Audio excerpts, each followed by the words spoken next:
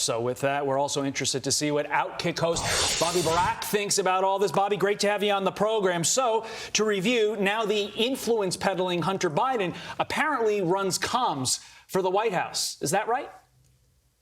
Yeah, Todd, I was disappointed watching that video, and not for the reasons that most people are, because that guy is running our country or supposedly running our country. But you watch that, and that is the ideal living parody of an SNL skit. I mean, you have a president who can't answer questions from kids. He can't form this conversation. And he's relying on his corrupt son who can't answer his own questions. We saw the interviews he's done over the past few years, refusing to answer why he's been involved in international relations and his own credentials and how much his name, Biden, has contributed to his success and ways through life. So to see that, I mean, this is a golden opportunity for SNL to make fun of that situation. But of course, that doesn't happen. You watch that video and you got to double check, Todd, just to make sure it's real, because how bizarre it is that his son is now running comms for him because he can't answer those simple conversations. I mean, it's funny on one hand, but also quite concerning on the other. Yeah, I mean, and then when Joe Biden told the families of the U.S. Embassy they could ask him anything, yet it's literally an act of God to get him in front of a podium to speak to the American people.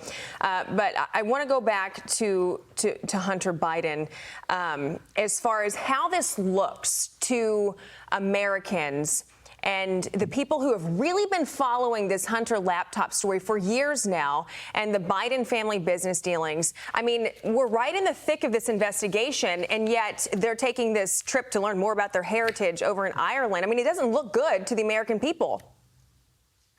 Yeah, absolutely. And it's so bizarre, actually, because the Biden campaign in a lot of ways ran an optics saying that, Trump and his allies were inappropriate, not politically correct, and Biden administration and Kamala Harris are going to better represent the country. A lot of it was about perception and image, but the entire optics around Biden's presidency now have been, like you said, bizarre and insulting to the American people. I mean, I don't think people realize that the Hunter Biden stories are some of the most trafficked columns and articles online. The interest in his dealings are skyrocketing and substantial. So all sorts of Americans are fascinated by what's going on with him. So to see him do this and almost just make a mockery of the country at home, of course it doesn't sit well. And the optics are horrible, as everything with Hunter Biden has been since the initial laptop report from the New York Post, which, by the way, was suppressed by big tech,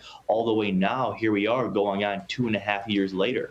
It is an insult to the American people, and the White House is just thumbing its nose at these numerous investigations by even inviting Hunter on that trip in the first place. Meantime, fellow Democrats are now calling for California Senator Dianne Feinstein to resign after being on medical leave since early March. Congressman Ro Khanna of California tweeting, "It's time for Senator Feinstein to resign. We need to put country ahead of personal loyalty," followed by Representative Dean Phillips of Minnesota replying, "I agree with Ro Khanna. I believe it's now a dereliction of duty to remain in the Senate and a dereliction of duty for those who agree to remain quiet." Feinstein herself is asking Schumer to temporarily replace her on the Senate Judiciary Committee. But again, this would only be temporary. There's a statement right there. I mean, look, it seems like we are headed toward a messy divorce, because while she said, "Hey, I've got shingles, I need a little time," she's not fully resigning. What say you, Bobby? Yeah, in messy divorce, it is, Todd, when you take your grievances to social media, right? Like, this goes back to like 7th grade relationships. Things aren't going right. You put it on social media, as Senator Khan did there too, and it becomes very messy, toxic, and hard to recover from. And yeah, like you said, this is just temporary, and a lot of this too, as you hear people speak in the Democratic Party about appointing pro-choice judges, and with her not being president right now, it's 9-9. So they want that 10-9 advantage. And yeah, this is not probably going to be an easy solution. I think now that it's aired on social media and you got people on both sides commenting and arguing back and forth on it, I think your phrase "messy divorce," as you astutely put it, Todd, is probably even an understatement at this point. I think we're going to be talking about this for weeks to come and probably no sufficient resolution. Yeah, and the Democrats certainly don't want that, but they're putting themselves in this position because it's Democrats doing all the infighting. Bobby Burack, Thank you, sir. I'm Steve Doocy. I'm Brian Kilmeade. And I'm Ainsley Earhart. And click here to subscribe to the Fox News YouTube page to catch our hottest interviews and most compelling analysis.